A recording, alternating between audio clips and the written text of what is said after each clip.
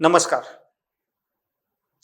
साप्ताहिक विवेकच्या माध्यमातून गेले 6 वर्ष 21 जून आंतरराष्ट्रीय योग दिवस आणि त्याच दिवशी येणारा डॉक्टर हेडगेवारांचा स्मृती दिन याचं औचित्य साधून आपण एक विशेषांक प्रकाशित करत असतो.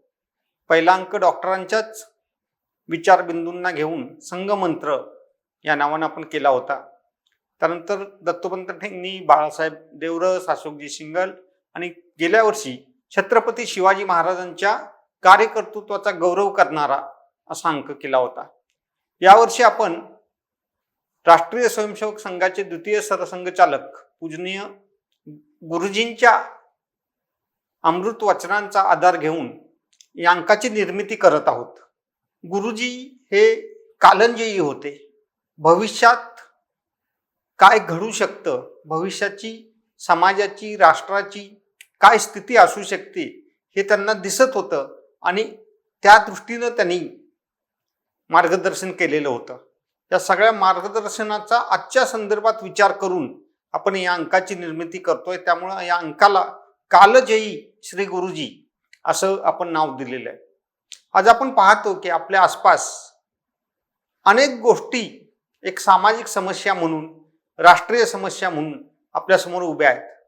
नक्षलवादाचा विषय असेल, प्रांतभेद, भाषाभेदाचा विषय असेल किंवा वेगळ्या वेगळ्या प्रकारच्या सीमेवरच्या कारवाया, आंतरराष्ट्रीय दबाव किंवा अलीकडच्या काळात समस्या नाही म्हणता येणार पण एक बदलाची चाहूल देणारं शिक्षण क्षेत्रातलं आपल्या केंद्र शासनाचं धोरण, अशा अनेक विषयांना समोर ठेवून या अंकात आपण विचारमंथन करतोय.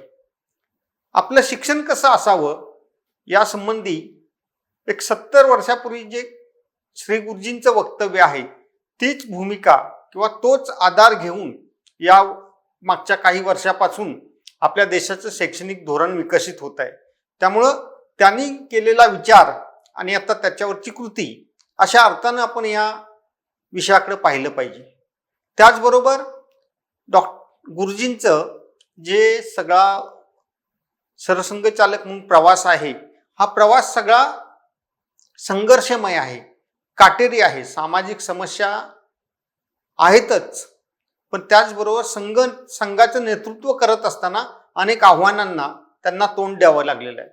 डॉक्टरांच्या नंतर संघाची धुरा सांभाळताना 42ची चले जाव चळवळ असेल, त्यावेळेस एकदम सगळा घुसळलेला जनसमुदाय, सगळा देश, आणि या काळात गुरुजींनी प्रचारक योजना किंवा प्रचारक पद्धती विकसित करून संघाला दिलेलं बळ, गांधी हत्येनंतर संघावर आलेली बंदी असेल, पुढच्या काळात भाषावार प्रांतरचनेसंबंधी आपल्या देशात जी काही सामाजिक सगळा उसळलेला मानसिक आणि वैचारिक आगडोंब असेल, चीनचं आक्रमण असेल किंवा त्याच्यानंतरचा दुष्काळ असेल, आणि या काळात आपण सगळा जेव्हा असं पाहतो सामाजिक आणि राजकीय क्षेत्रातलं, त्या वेळेस गुरुजींनी एक सखोल आणि मूलगामी चिंतन आपल्या समोर मांडलेलं आहे. या चिंतनाचा आजच्या पिढीला, ज्यांनी गुरुजींना पाहिलेलं नाही, ज्यांनी डॉक्टरांना पाहिलेलं नाही,